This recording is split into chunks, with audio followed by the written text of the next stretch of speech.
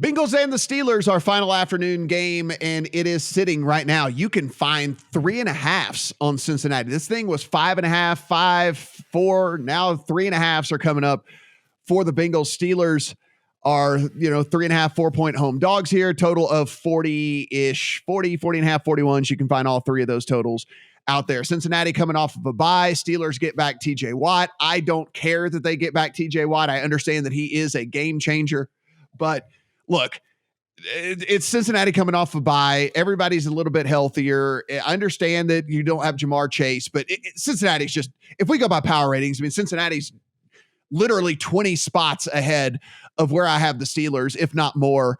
The Minka Fitzpatrick had an appendectomy. He might be able to play, but weirdly enough, how you can play after an appendectomy. He had an appendectomy a week ago. So that's one other player that could be out for the Steelers, one other guy that has a pulse. This is very easy for me. It's just a far superior team to me in nearly every single aspect, going up against a far, far inferior team. I expect there to be, they get DJ Reader back as well. So he's going to be able to help this run defense that was absolutely mediocre for the Bengals all season long. So getting Reader back is a big, big upgrade for them on the defensive line.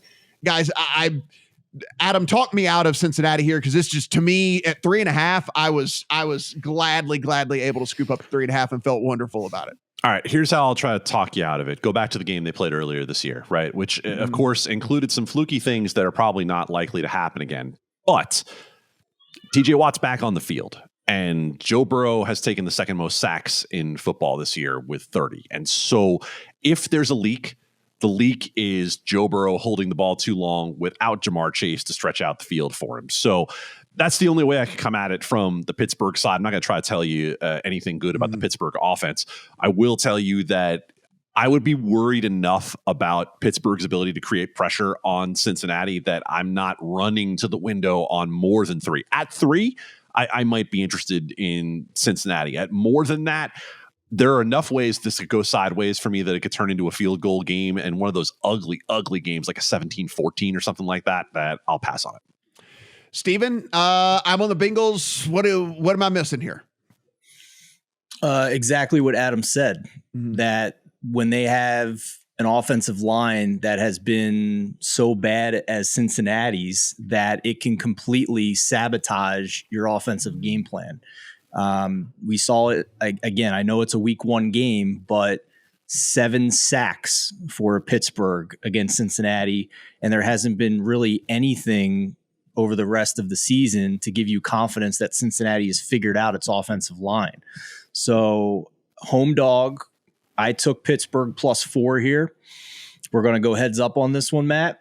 Yeah. I don't like that Jamar Chase still isn't playing. I don't like that their top corner Awuzie is not playing. I think that this is a Bengals team that I am really nervous about right now. And this is a division matchup that's given them some issues. So I don't have any confidence in the Steelers offense either. I agree with you on that. But to ask them to cover by more than a field goal here, I think is frightening when you consider how bad this offensive line is. Weirdly enough, we talk about all the sacks. That said, pressure allowed only 11th in the NFL by the Cincinnati team. So basically, it's just kind of like when they do allow pressure, then it is, it ends up in a sack, but they don't allow a ton of pressure actually, which is kind of weird. That's on Burrow too, right? Yeah, like we've talked, sacks are very much as much of a quarterback stat. So that's on Burrow this year too. I think he's regressed in that aspect of not doing a good job getting rid of the ball.